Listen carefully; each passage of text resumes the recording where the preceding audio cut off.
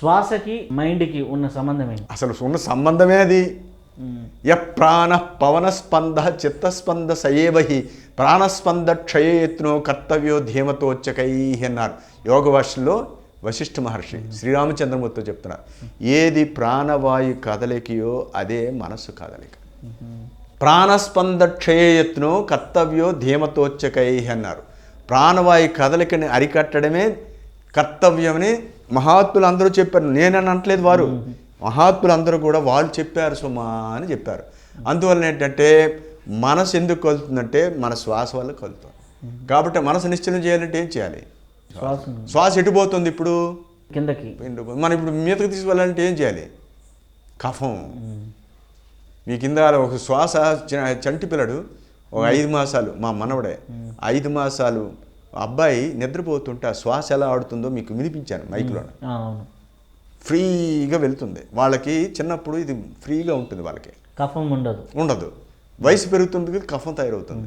ఇప్పుడు ఆ కఫం తొలగించడానికి మళ్ళీ ఆ శిశువులో శ్వాస ఎలా ఉందో అలా వెళ్ళటానికే మనకి సాధన. అంటే ఉన్నదాన్ని పైన చెత్తేసి క్లోజ్ చేసినాం, మళ్ళీ క్లీన్ చేయాలి, తప్పదు. డ్రైనేజ్ పైపులు ఎట్లా క్లీన్ చేస్తున్నాం. అసలు ప్రాణాయామం యోగం అంటే cleaning. Clean your body first, clean your nerves first, then clean your mind. ఇది ఎప్పుడైతే క్లీన్ అయితే మైండ్ అప్పుడు క్లీన్ అవుతుంది.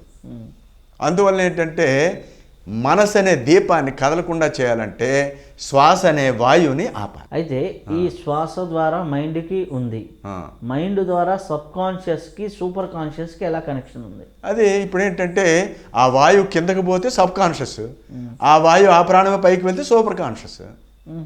మనం ఇప్పుడు ధ్యానం లేకపోతే ఏదో చేస్తున్నాం అనుకోండి, మీకు ఒక విషయం చెప్తాను. శ్వాసగతి మీద సర్వం ఉందండి. శ్వాసగతి మీద సర్వం ఉంది. మనం నిద్రపోతుండేటప్పుడు ఎలా ఉంటాం? అలా వెళ్తాం లేదు, అప్పుడు శ్వాస ఏమవుతుంది? అధోగతి అవుతుంది. ఈ తల వంచిన వారి శ్వాస ఎలా ఉంటుంది? కిందకే కదా. అది సబ్ కాన్షియసా సూపర్ కాన్షియసా? Sub conscious.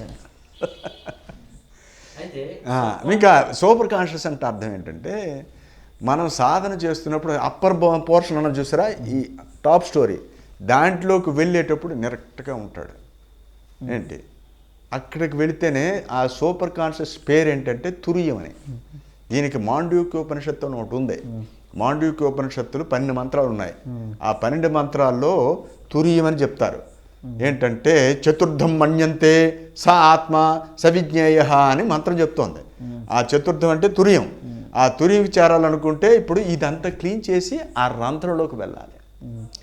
ఆ బ్రహ్మరంధ్రం దాటి వెళితే అప్పుడు సూపర్ కాన్షియస్. ఆ రంధ్రం ఎక్కడుందో తెలియదు, మన కిందకి తల ఉంచుతున్నాము, వెళ్ళవలసింది అటు వెళ్తే ఇటు చూస్తున్నాం మనం. మరి ఎప్పుడు సూపర్ కాన్షియస్.